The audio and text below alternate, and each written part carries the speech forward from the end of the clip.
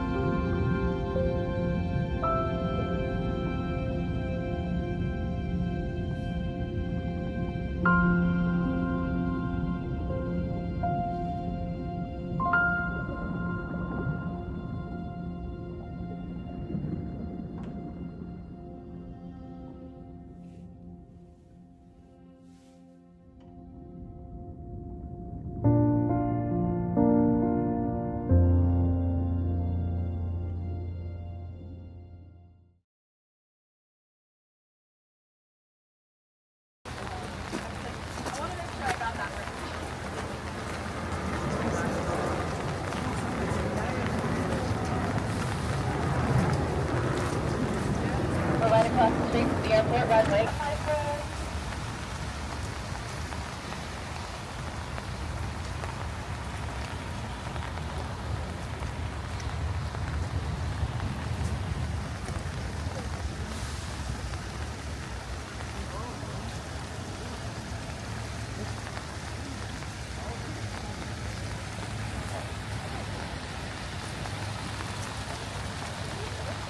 On behalf of Steve and Cindy Bowie and the rest of the Bowie family, the owners, operators, and founders of Glacier Gardens Rainforest Adventure, I'd like to welcome you once again and also thank you very much for choosing to spend some of your day in Juneau here with us at Glacier Gardens.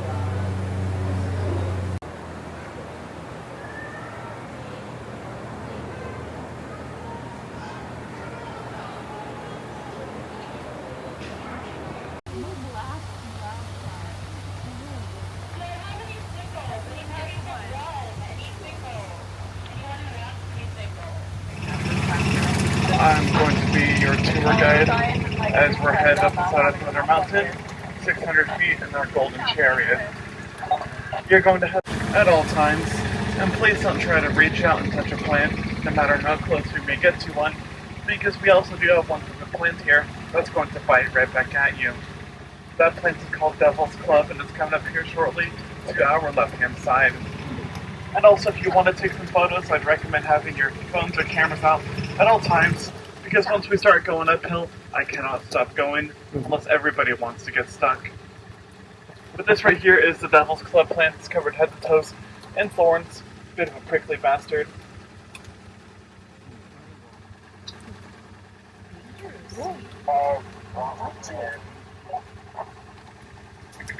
And it's even got leaves or thorns underneath the leaves as well, as I will show you all right here. This plant is also known as Hiker's Nightmare, and I've had my fair share of run-ins with this plant plenty of times while hiking throughout these woods here. Oh, wow.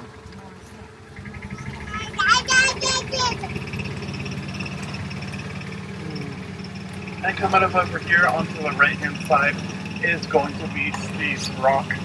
It's the last rock that Steve had placed down right before he backed into a log that damaged his excavator. That cost him a lot of money to repair. And above it is the second of about 5 total settling ponds he had built for the purpose of slowing down water flow and to collect sediment and silt from the mountaintop so it doesn't create another blockage here in these streams. And at the end of every season, or whenever he needs to, he's going to come through here with his excavator, dig up all the sand and sediment so that also doesn't create a blockage as well. And right here above it is one of about 30 flower towers or upside down trees that we have here. And each of the 30 can hold around 100 flowers on top of them, depending on the size, of course. Speaking of the number 100, that's how many feet elevation we just passed right there. We have about 500 more feet to climb, about 1 more mile of road to conquer. And coming on over here to the right-hand side is our very own upside-down flower tower shower. And as you can see, Steve has put up a hose that goes up the side of this flower tower. He plugs some holes in the bottom of the roots, and he lets gravity control the rest. And over here onto your left-hand side is that giant green leafy plant we have back here. It is called skunk cabbage. While we don't have any skunks here, we certainly do have their damn cabbages. And those leaves can also grow to be about 6 to 7 feet wide, or just as large as Shaquille O'Neal.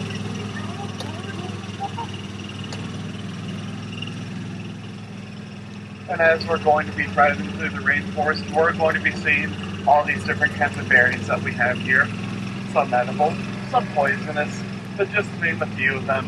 We have the blueberry, the huckleberry, the red currant, the trailing blackcurrant, the stink currant, the thimbleberry, the strawberry, the dwarf dogwood, the soapberry, the watermelon berry, the Highbush cranberry, the elderberry, the Sitka mountain ash, the salmon berry, the baneberry, and the devil's club. And down here to your left is some of the dwarf dogwood right here. It is edible, it just will not taste all that good. And right up here above it is our very own 5-star school hotel. That's the head card himself. I personally would not give that a 5-star rating because I cannot fit in there. If I could, that'd be a different story. But Steve is also the only person here that will do any of the landscaping or planting all by himself. And it's not that no one else can't help him. He just really likes to do this all by himself. And of course, he's only going to choose plants that love our cold and rainy weather that we get here. Because we usually do average about 54 inches of rain here every year. And also every winter we'll also get about 100 inches of snow. And of course he's going to have to let the flowers acclimate to the weather for about 2 to 3 weeks before he can actually put anything into the ground. Or else it would die off pretty quickly due to the freezing temperature of our dirt.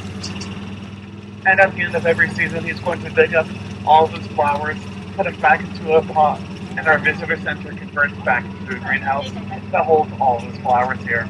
And if you look up here to the right-hand side, you'll see that the side of this giant rock face kind of looks like it once had waves that used to crash upon it. And that's actually because over 400 years ago, this rock used to sit down at sea level. And way before then, all of the glaciers have covered this whole area in about 1 to 2 miles thick of ice. And it was pressing down hard on the ground, pushing it back into the earth. And so when those glaciers had finally started to melt and recede away, the very land that was pressing down hard on slowly started to rise back up again. That's a process we have here that we call isostatic glacial rebound. And we're gaining about a half an inch of elevation every year. And that's how that rock factor got to be at sea level. And that's also how one day Douglas Island, right across from us, will no longer be an island. And it'll join us in being part of the mainland. Wow. But that probably won't happen unless I live to be like around 60 to 100 years old. Possible. But over here to your right hand side is the tree we have here that was blown over from some powerful winds we got here that we call the Taku winds. Now those winds are also admittedly super rare, and they're only ever active during the winter time. But once it actually does hit us on the top of the tour and further up the mountains you go here, those winds can blow as hard as about 200 miles per hour. Whoa! And the Taku River itself, right below the glacier, where all that powerful winds come from, just had a record high of 150 miles per hour. I cannot imagine what it's like on the glacier itself during these winter storms we get. Wow. Like a hurricane almost. Oh yeah. Luckily it's too cold here for any tornadoes to hit us as well. And also, Taku itself is also a Tlinka word that means wind or fierce wind. And so when we're saying Taku winds, we're really just saying wind. And I am a quarter Tlingit myself, so I do have a few other words to share with everybody. The Tlingit word for lake is Ak. So naturally we have a lake here called Ak Lake, which is just lake. It's like saying Tri-T. And the Tlingit word for tree is ass. It's pronounced os, but it's spelled A-S-S. And now's a good time where I'd like to remind everyone of the handrails here on the side of your seats and on the back of them in front of you, because from here on out, it's going to get more steep. Okay. I also hope you know on board that's afraid of heights as well, because at this point it's far too late to back out, and you're in this for the rest of the ride. So strap onto your imaginary seatbelts and hang on tight.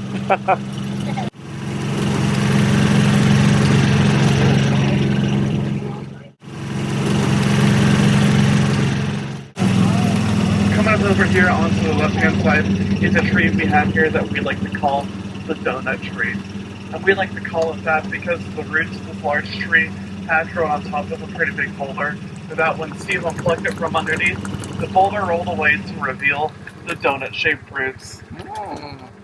Now I'm sure that boulder is still probably somewhere here within the forest, maybe a little closer down to the road you all came through on.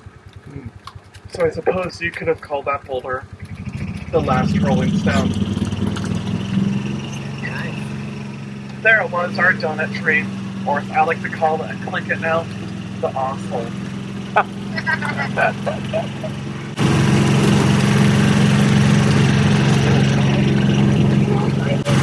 Have you ever seen bears showing up here?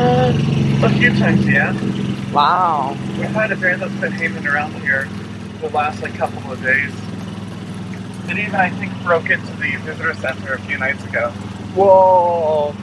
And it tried pressing its nose up against the front door we have here. Trying to find food for sure. Oh, for sure. Here to our right hand side, you can clearly see that the soil system here is super shallow. Yeah. And it only gets to be about 1 to 2 feet deep at best before you hit a bunch of rock here. Or as you can see right here in front of us, shale rock. The type of rock that's normally found at the bottom of the ocean floor, which helps further prove that this all used to be underwater a long time ago. Wow. And down here to our left-hand side is going to be a beautiful view of the forest down below us. But if you're afraid of heights, just like I am, you're going to join me as we close our eyes and get away. Oh no, from no, the corner. Keep your eyes Let me know open. when to start turning, and if it's left or right. Is that a hard left? And because of our shallow soil system here, the roots of everything, these tall trees included, will have to grow outwards instead of downwards, as you can see right there. And so what the tree's roots will do, they'll branch out and grab and hold onto other tree roots to help strengthen one another so they don't fall over from those powerful, fierce Taku winds. Or, of course, the wind winds. Amazing.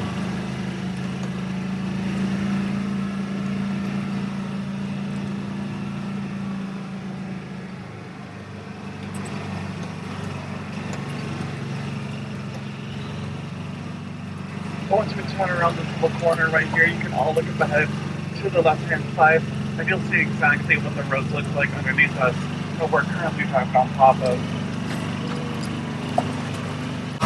Then you got another great example of our shallow soil system, and it's pretty amazing we have all these tall trees still standing, despite what little dirt they have to work with. And over here to the right-hand side again is a beautiful corner we have here that we like to call Cascade Corner. That's a fault line that's coming down this part of Thunder Mountain. There's even a tiny little stream. Nice.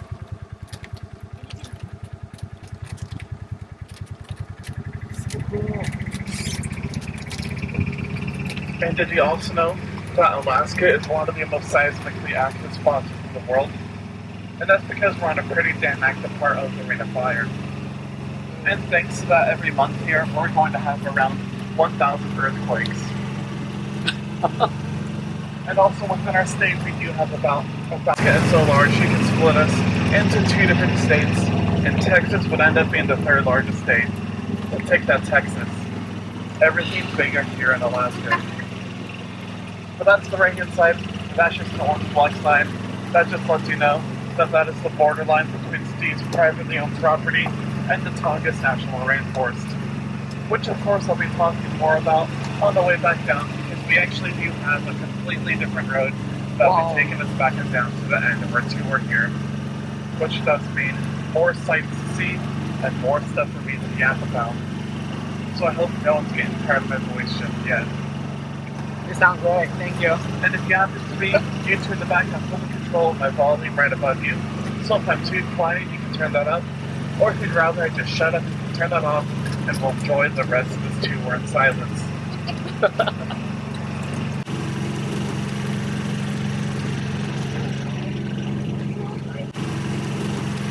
I was actually born here in town, but I grew up in a smaller village called Alaska on Chichikov Island, not too far from here. It's got a pretty small population. It's only around 800, 900 people that live the year round. Wow. But we also do have a little place here called Icy Strait Point, which has the world's largest zip line.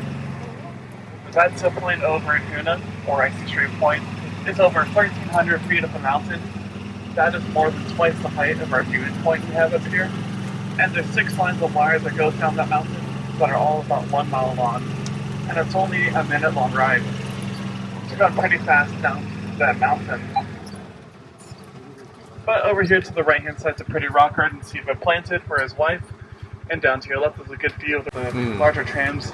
They needed a new road that took them back down. Yeah. It's probably too steep to go down. Oh yeah. Tom, please do not walk down that path right over there. We do not want you to get lost out of the sight or taken away by the Kuchnika or mauled by a bear. How's it path to heaven then? And also please don't stand on top of any of these rocks as well, because if you were to slip and fall, it's going to be about a 600-foot drop back down to the bottom. Those would be all real unfortunate ways to end your vacation. But other than that, you can leave whatever you want in here, because we'll of course be taking this same golf cart back down the mountain. You can also leave whatever you want in here, because again, we're taking the same one back down, and we're not going to be up here for that long. But on the way back down, those last two seats in the back are going to be available if anyone does want to sit back there, if you are feeling a little more adventurous. Or if someone does want to drive us back down the mountain, you just got to be sure to give us the rest of this guided tour. And of course, season to come tour here at Glacier Gardens. What's going to happen next, we're all going to walk out and hang out here for about a few minutes before we'll make our way back down the mountain. Just be sure to watch your heads as we get on out of the vehicle, and welcome to the top beautiful scenic vista.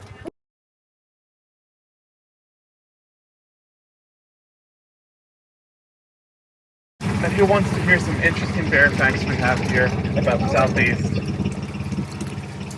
Don't sound too excited. We got two different islands here, Admiralty Island and Chichagof Island, and they got two of the most dense populations of brown bear in the world. Admiralty Island is the 7th largest island within the US, and it's got more brown bear on the island than the lower 48 combined. There's about 1.35 brown bear per square mile on that island over there, and it's earned itself the name Fortress of the Brown Bear. And on Chichagof Island, where I grew up on, there is, for one person on the island, there is 6 brown bear to outnumber you. And there's roughly about 900 to 1,000 people on the island combined. So there is a lot of brown bear over there. And that's for a little over 2 per square mile. And that'd be fine and all if it was just the black bear, but no, it is the brown bear, the much bigger and scarier bear. Coming on over here, it's over to the left-hand side is going to be a giant granite boulder we have. Granite is not native to Southeast Alaska, so we actually found out that this boulder was pushed from Canada by the glaciers. Wow. And who knows, maybe one day this boulder will have a tree grow on top of it, and more than a donut tree here in these woods.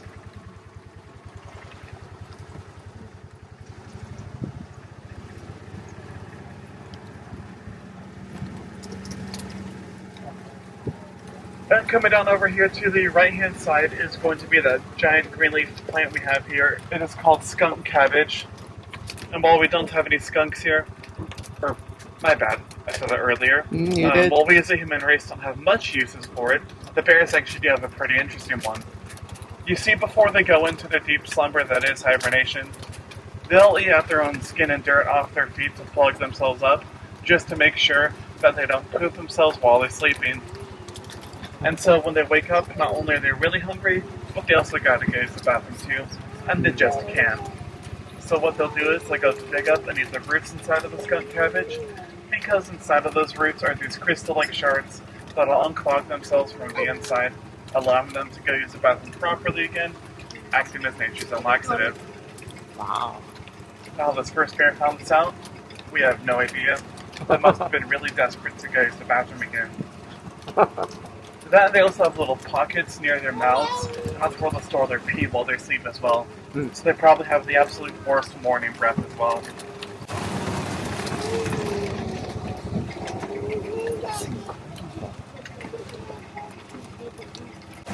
How's everybody enjoying a beautiful liquid sunshine Juneau so far? It's amazing. Where does your cruise ship go after Juneau? Ooh, be prepared, they get more rain than we do.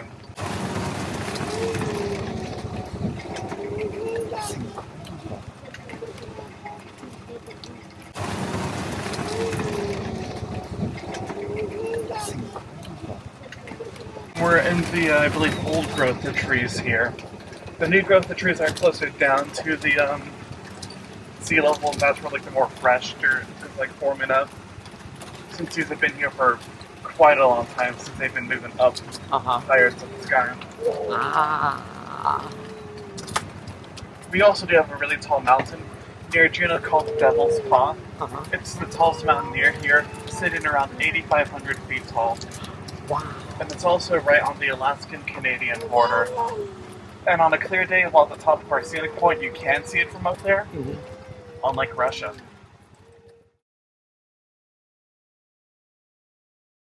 And if you look out here to the right-hand side, you'll see that some of the branches in these trees are all twisted and mangly. And that's due to a parasite that's grown within the trees we have here that we call the dwarf mistletoe. And what that basically does is that it'll slowly kill off all these trees by eating away at the nutrients. It'll also prevent them from producing any more pine cones or seeds as well.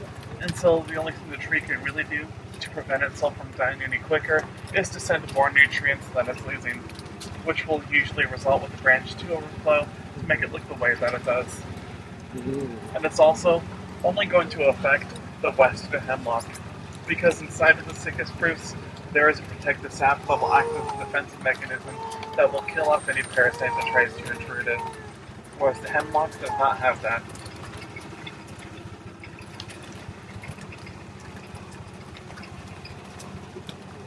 We got some delicious huckleberries right here as well. Those don't look too ready just yet, but those are our red huckleberries.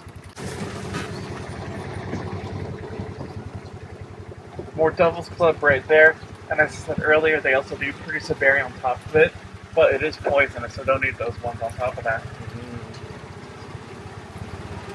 Elderberry here is also poisonous because inside of the seed there's a chemical that's related to cyanide. But you can boil the berry to get rid of that chemical in the seed, and it does become edible. And people do make a tea and jam out of it. It also will look pretty similar to the Sitka mountain ash, but the mountain ash is going to have more leaflets on each stem, but they're going to be shorter leaflets. Whereas the elderberry, you can only have about like 5 of those on each stem, but they're going to be about like 7 inches long.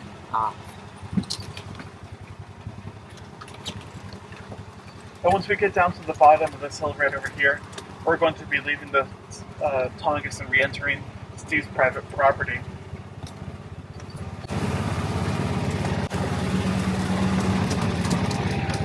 Does anyone here on board like seafood? We have a food truck downtown called Deckhand Dave's, and they do street-style fish tacos, and it's pretty good. They got the rockfish taco, the halibut taco, and the salmon taco. And if you can't decide between the 3 of them, they have the sampler that gives you 1 of each. Oh, nice. They also have like halibut cakes. It's exactly like a crab cake, but just halibut instead. That's also going to be downtown, and since downtown is so petite and small, you can walk everywhere in like 5-10 minutes. Cool. And now we're back into Steve's private property, and who here on board knows how to tell the difference between a western hemlock and a sickest spruce? If not, that's alright. I have one really easy way to tell them apart. That's going to be through the bark of the tree. As I'll point out here in just a second. The western hemlock's bark is going to be rectangular-like, like a bacon strip. While the sickest spruce right here is round and circular, like a potato chip. Oh. And that sap that comes out of it makes it chips and dip. I figured the best way to relate it to people would be through food, of course. Oh, yes. Now, if we're talking about chips and dips and bacon strips all morning so far, it does have me feeling pretty hungry.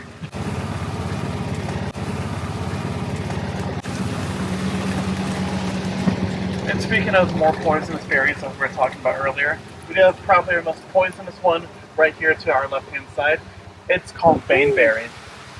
It only takes about 4 of them to kill your average child, and 6 for the adult.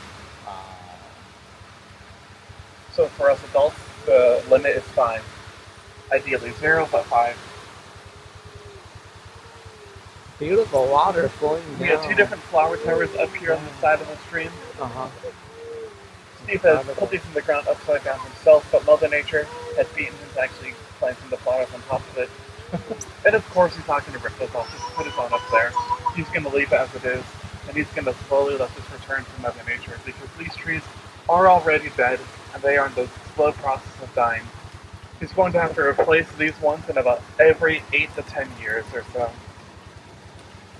Incredible. And this down here to the left-hand side is our 5th and final settling pond Steve had built for his late wife Cindy, the Heart Pond.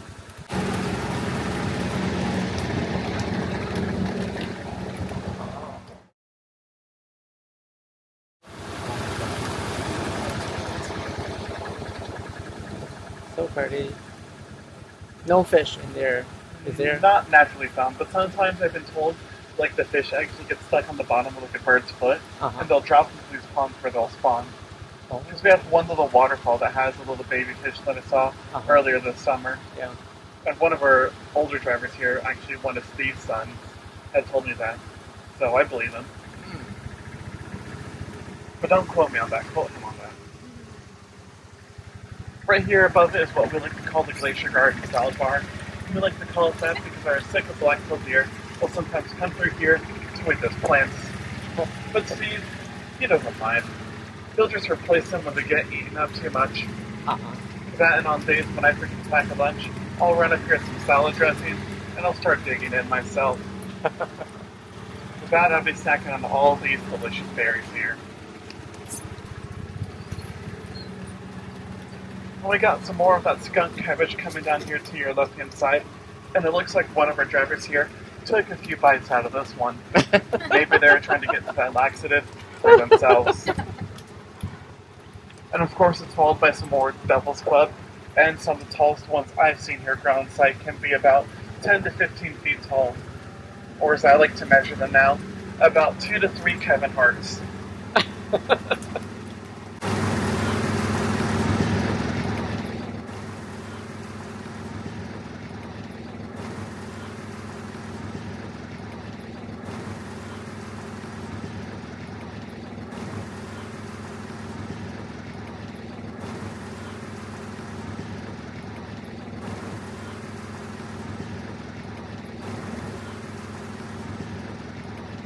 But Skagway is like super pretty. I love flying in and out of there because with the Lost to Sea planes, they will fly over some of the glaciers that are between here and there.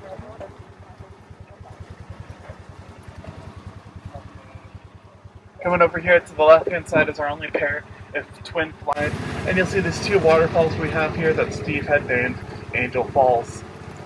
And he had named that after his daughter because she is his little angel.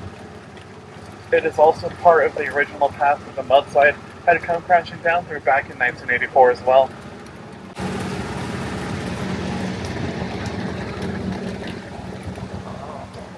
Once again, coming over here to the left-hand side will be these 2 waterfalls we have here.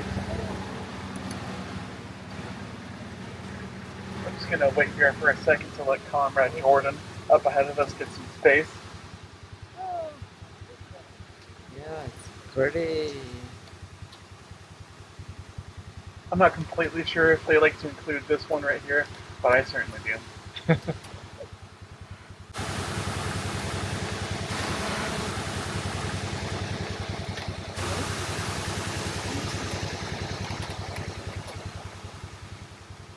Naturally found here because it's too like mountainy for them. They're like more of like an open tundra-y area. Like further up towards Anchorage and Fairbanks is where you're going to find the majority of the moose here in Alaska. But they will sometimes come from Canada to kind of come hang out for a little bit, but then they'll go right back because it's too mountainy. They don't like it that much. We also have mountain goats, mountain lions, and other types of wolves too. Wow. So you're most likely to see the brown or the black bear or the Sika black-tailed deer. And this right here is our largest flower tower that we have here on site. And it can hang right here if you want to get a quick photo of that as well. Nice.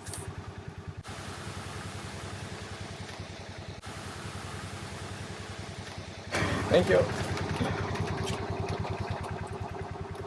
These from Angel Falls.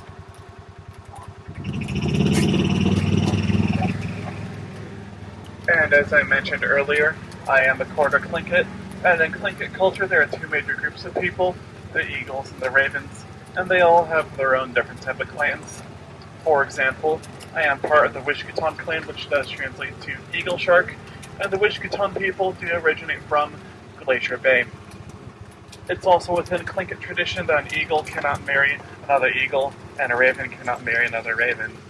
And that is because way back in the day, all of the clans were so closely related, they're basically just your cousins at that point. So of course they didn't want anything, weird going on within their own families. But I hate to be the bearer of bad news, because even nowadays, all that Sweet Home Alabama stuff is still going on here in Alaska, and it's actually one of the worst states in the US for that type of stuff, like in terms of percentage of the population at least. Because in terms of that, we are top 5 in the US for all that weird stuff that goes on. But also doesn't help that we're a bottom 3 populated state, so anyone who does do that weird stuff brings that number up quite a bit. But after all, as we like to say around here, mostly as a joke, you're not cousins after midnight. Some people don't even wait for midnight, and it's a shame. And it's a shame that's happening at all, but can you at least wait for midnight for the part of the joke? But moving on to something less weird, we do have different types of wildlife and animals within the state as a whole, like the black bear, the brown bear, the Kodiak grizzly, the polar bear, the mountain goat, the mountain lion, the wolf, the coyote, moose, elk, caribou, sika black-tailed deer, sika red-tailed squirrel, porcupine, humpback whale, killer whale, a few different species of shark, including, and only seasonally, the great white. We also have the willow ptarmigan, which is the state bird, the bald eagle, the raven, the seagull, the stelage, or the hummingbird. And that's not including like the different types of fish we have here, like the king salmon, the coho, or the silver salmon, the halibut, the dungeon crab, the king crab as well. Of course, like different types of jellyfish. I think porpoise also come up here as well. Just to name a few different animals. Wow. We also do have a funny saying for what you should do if you're to ever run into the different types of bears we have here in Alaska. That saying goes as, if it's black, you attack back. If it's brown, you lay down. And if it's white, you're going to see the light. And that is because the polar bear is going to be the only species of bear in the world that will actively hunt humans. Ooh. It's also the largest species of bear as well. Wow. And did you also know that while swimming between islands, moose can dive up to about 20 feet deep underwater to eat vegetation? And because of that, the killer whale is going to be one of their natural predators. Wonderful. And inside of the roots of that double club plant here, you can turn those roots into a rubbing ointment or a tea, and that tea can help out with the common cold and your fever. And that rubbing ointment, that can be applied to your skin to help ease the pain of like a bug bite or a rash. And I do believe we sell that here inside the gift shop at the visitor center, if you'd like to check that out for yourself. Nice. Also inside, of course, we are showing old footage of the eagle's nest that we have here. And you can also go watch any of those previous live streams on YouTube at Glacier Gardens anytime you would like to. We also do have a cafe inside where you can get a quick snack and drink before your next destination as well. And a guest sign-in sheet, where we would love to hear your thoughts on this beautiful place that Steve and his family have built. That would also be the perfect place to rat me out if you think I did a bad job on my tour. So if I did a good job, my name's Science. And if I did a bad job, my name's Landon. We don't have a Landon that works here. That's just my brother's name. And then other than all of that, I'd like to once again thank you all for choosing to come tour here at Glacier Gardens. Your bus driver is going to be right inside the visitor center. They'll make a loud announcement when it's time to get going back down to your bus. Sounds good. Yep, we're going to pull out over there, and that's going to let everyone out. We're just going to have to wait for Jordan to back up. Amazing.